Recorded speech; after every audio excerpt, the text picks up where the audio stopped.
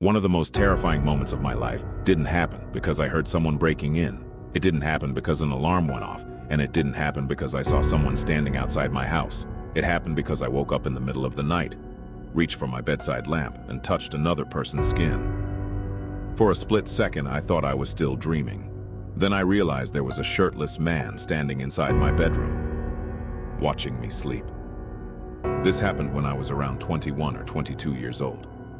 At the time, I lived alone in a small rental house on the edge of town. It wasn't a bad area. Actually, it was considered one of the safer neighborhoods in the city, the kind of place where people forgot to lock their cars and nothing ever seemed to happen. Because of that, I wasn't nearly as cautious as I should have been. Looking back now, I can see all the mistakes I made. But when you're young, you tend to believe bad things happen to other people. Not you, not in your neighborhood, not in your house. The bedroom I slept in had a large window beside the bed. It sat fairly low to the ground. If someone really wanted to climb through it, they probably could. Still, there was a screen attached, and removing it wouldn't have been easy without making noise. Or, at least that's what I thought. One evening, during the summer, the weather was perfect. The air outside was cool, there was a light breeze. Instead of turning on the air conditioner, I opened the window before going to bed. I remember thinking how peaceful everything felt. The neighborhood was quiet. No traffic, no loud music, nothing unusual. Just one of those nights where you fall asleep almost instantly. At some point during the night, I woke up. At first, I wasn't even sure why. My room was dark, completely silent.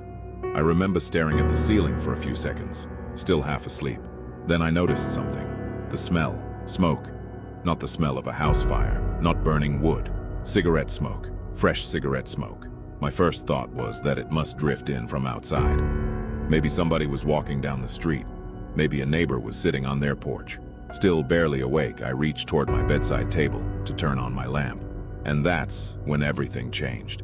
My hand touched something warm, human. For a split second, my brain couldn't process what was happening. The sensation felt wrong, impossible. Then reality hit me all at once. There was someone standing beside my bed. I jerked backward so hard I nearly fell off the mattress. At the exact same moment, my eyes adjusted enough to make out a figure in the darkness. A man, standing only a few feet away, shirtless, holding a cigarette, just staring at me. To this day, that's the part that still haunts me. Not that he was inside my house, not even that he was inside my bedroom. It was the fact that he wasn't doing anything. He wasn't searching for drawers. He wasn't stealing electronics. He wasn't moving. He was simply standing there, watching me. I don't know how long he'd been there. 5 seconds, 5 minutes, an hour. I have no idea. But the thought of waking up and finding someone silently staring at you while you sleep is something I wouldn't wish on anyone. The moment our eyes met, everything seemed to happen at once. I started screaming. Not a brave scream, not some movie-style yell, a genuine panic scream, the kind that comes from pure terror. The man reacted instantly, and strangely enough, he looked just as startled as I was. It's almost like he hadn't expected me to wake up, or maybe he had become so comfortable standing there that he forgot I eventually would. His eyes widened. The cigarette dropped from his fingers. Then he spun around and lunged toward the open window. In one movement, he climbed through it and disappeared into the darkness outside. I heard his footsteps hit the ground. Then silence. Just complete silence. For several seconds, I sat frozen in bed. My heart was beating so hard it felt painful. I remember staring at the window, expecting him to come back, expecting his face to appear again. Nothing happened, but I wasn't taking any chances. I didn't move for several seconds. I just sat there staring at the open window, trying to convince myself what had happened was real. The cigarette smell still lingered in the room, the smoke hanging faintly in the darkness, proof that I hadn't imagined any of it. Then survival instincts finally took over. I jumped out of bed and rushed to the window. I slammed it shut and locked it. After that, I dragged a heavy bookcase across the floor and pushed it directly in front of the glass. It probably wouldn't have stopped someone determined to get inside. But at that moment, I wasn't thinking logically. I just wanted something between me and whatever had been standing beside my bed. Once the window was blocked, I grabbed my phone and sat on the living room couch with every light in the house turned on. Sleep was no longer an option. Every sound made me flinch. Every passing car made me glance toward the windows. And every few minutes I found myself checking the hallway, half expecting to see him standing there again, watching. I considered calling the police. Then I realized I couldn't even describe the guy properly. I hadn't gotten a good look at his face. Just a silhouette, a shape, a pair of eyes reflecting faint light from outside. I spent the rest of the night sitting awake in my living room with every light turned on. Every sound made me jump.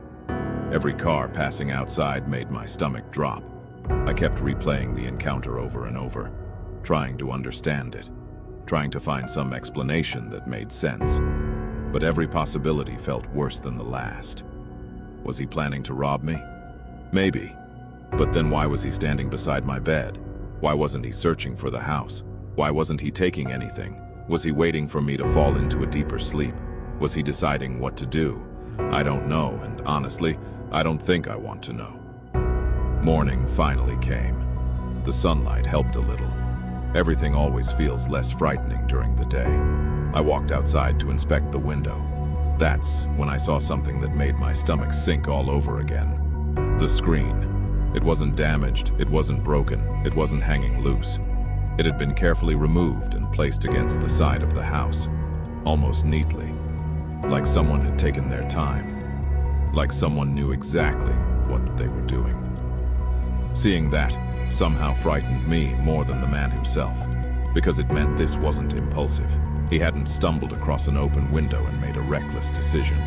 He had deliberately removed the screen, quietly, carefully, without waking me, which raised another question. A question that has stayed with me for years. How long did it take him? 5 minutes? 10? Longer? Because if it took that long. Then he had been standing outside my bedroom window for quite a while before entering, watching, listening, waiting, and another thought eventually followed, one that still keeps me awake sometimes.